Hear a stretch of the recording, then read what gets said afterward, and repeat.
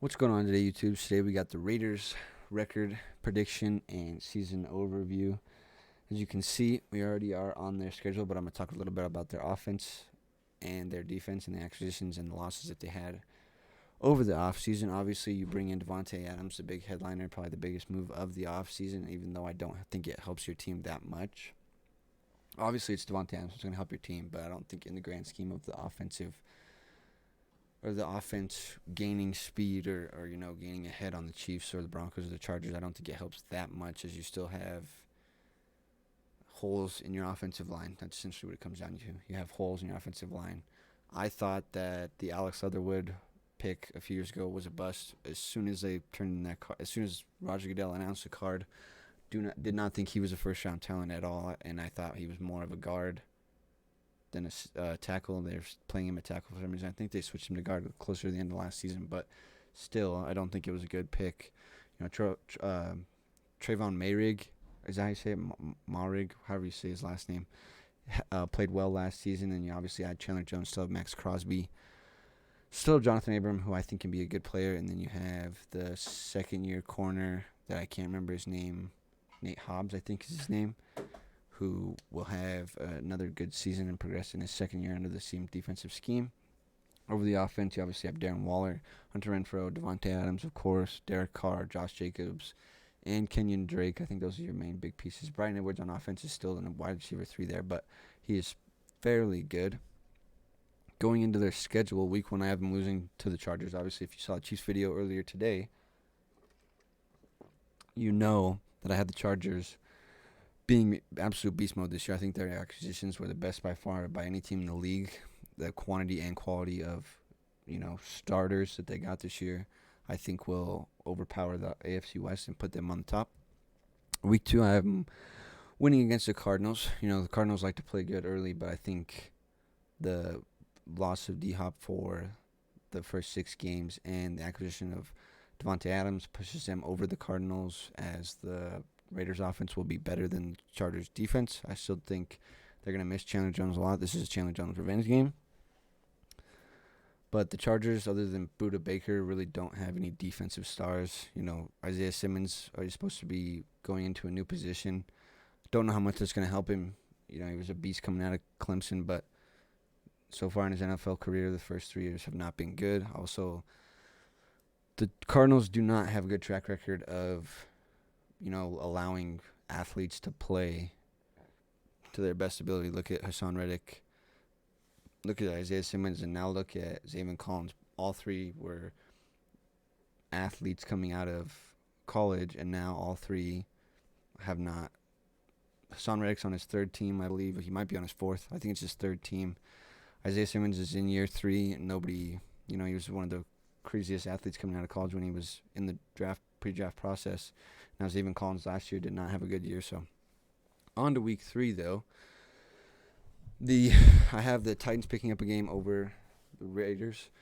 I think Derrick Henry will be at essentially full force in game time speed and stuff like that. At this point, I think he does get worn down towards the end of the season, but I think he takes first 2 weeks to get his workload back up to what it was, or what it should be, not what it was. His workload was way too much. He was on pace for like a record-setting set of carries or touches by like 300 or something like that. It was absolutely nuts. That's what essentially got him hurt. In week 4, I have the Broncos picking up a game on the Raiders. I think the Broncos' offseason additions were great. I don't know how much Russell Wilson is going to help, considering I don't think he's going to that much better of a situation other than the offensive line. I think DK Metcalf and Tyler Lockett are better than all of the wide receivers the Broncos have. Courtland Sutton, Jerry Jeudy, KJ Hamler, and there's one I'm forgetting, Tim Patrick, but Tim Patrick just went down with an injury yesterday as I'm recording this, I believe. So I think he went to the same situation as he's downgrading in, or a similar situation he's downgrading in wide receiver room, upgrading in offensive line. It's kind of saying the same in running back. I think Javonte Williams will have a great year this year. In week 5, I have him dropping the game to the Chiefs. Obviously, if you saw the Chiefs video, you know why, but to recap it a little bit, I think the Chiefs have just a better Raiders team. They both have certain strengths and they both have certain weaknesses, but I think they counterpart each other, and I think it's going to work out in the Chiefs' favor. Week 7, obviously, I have them picking up the game against the Texans. Don't really need to explain that one. The Texans are going to be awful. Brandon Cooks is really the only player on that team, and Derek Stingley's going to have a great year, I believe. But in Week 8, I have them beating the Saints on the road. At that, I just don't think with, Michael Thomas, I think there's going to be too many mouths to feed. I think too many people are going to be unhappy, especially by this point we could have an Alvin Kamara suspension, which, puts Mark Ingram, I believe, as a starting running back slotted in. So I just don't think by this time the Saints are going to have it all figured out, and that's just going to not pave the way for a good season for them. In Week 9, I have them beating the Jags, like I said, in the Chiefs video and the NFC North videos. I don't think the Jags will take that step this year. I think they will get closer to taking that step, and I think Doug Peterson was a great hire, especially for Trevor Lawrence's development, but with the amount of money they shelled out and the little amount of talent that they got back, I don't think it will pan out for the Jags this year, but maybe in the years future. Week 10, I have them picking up the game against the Indianapolis Colts. I do believe Matt Ryan will lead that team better than Phillip Rivers and Carson Wentz both did the last 2 years, but I don't know how much of a difference it's going to be. We'll have to see how he plays at 38, I believe. I think he's 37 or 38 or something like that, so we'll just have to see how he plays earlier on in the season. Maybe that game changes. Week 11, I have them dropping the game to the Broncos. I think they split against the Broncos, and I think they both win at home. I just think, like I said earlier, the Broncos' defense is going to be stingy. It's going to be sacktastic, and I think the Broncos' offense, with Russell Wilson, if they can, finally be, if it can be let Russ quick season, I think they could heat up towards the end of the season. Week 12 against the Seahawks, I have them winning that game. I don't really need to explain that. Seahawks are in the middle of a rebuild, even though they're keeping all the rest of their star players except for their star quarterback. Week 13, I'm dropping the game against the Chargers. Like I said earlier in the video, I just think the Chargers are going to be stacked this year. Week 14, I have them dropping the game against the Los Angeles Rams. Rams, I think, are going to repeat. I think the Rams are going to go back. Didn't lose that much. I know a lot of people are stressing over the Von Miller loss, and he did play. For the majority of the regular season that he was in LA, he didn't play good, and then towards the end, he started heating up in the playoffs. He really made an impact. But you still have Aaron Donald. You still have Jalen Ramsey. I just think it's the same type of team. I think it's just going to come from different spots. And week 15, I have them picking up the game against the Patriots. I think this is a year that, Bill Belichick can't coach his way to wins. I think his players are really going to that came out wrong. I think he can't coach his way to wins like he has in the past, like especially last year, how he coached his way to the playoffs with a rookie quarterback that threw 3 passes in one NFL game. So,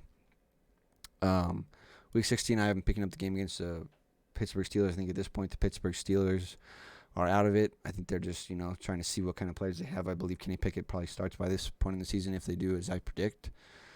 But, the Steelers could, flip-flop, and Mitch Trubisky could come out and be the MVP. So, week 17, I have him picking up the game against the San Francisco 49ers. I think at this point, this game could go either way, really. If Trey Lance is, finding his groove, I think the 49ers could be a very dangerous team, especially with regaining Deebo Samuel, which is a great strength. They still have Brandon Ayuk, George Kittle, obviously. Elijah Mitchell, I believe, is the running back they have. So, and of course, Kyle Shanahan's a great offensive coordinator, or offensive mind. And then their defense is, still the same great defense that they've had the last few years. Week 18, I think they dropped the game to the Chiefs. I think if the Chiefs are still in the contention for the division, I think the Chiefs still play their starters, and so the Raiders probably lose this game. But if the Chiefs, if you would have watched the Chiefs video, if they're locked in at the 5 seed, they can't get to that division lead over the Chargers. I think they might sit their starters. So overall, I have them going 10-7, 1-5 in division, which is crazy. But the AFC West is stacked, 6-6 in conference, and the overall conference rank is the 9th seed. I don't believe they make the playoffs. I believe they're just outside. Like I said, a few of these games could go back and forth. I think they could possibly beat the Raiders. They could possibly pick up both games against the Broncos. And then, obviously, like I said, this game down here against the 49ers could go either way if Trey Lance is in his groove or if he's struggling to get over that hump. But I don't think any other game could really go any other way. I don't see them winning this game, winning this game, or winning this game. So we'll just have to see. Like I said, the games that could go either way. But that's going to be it for this video.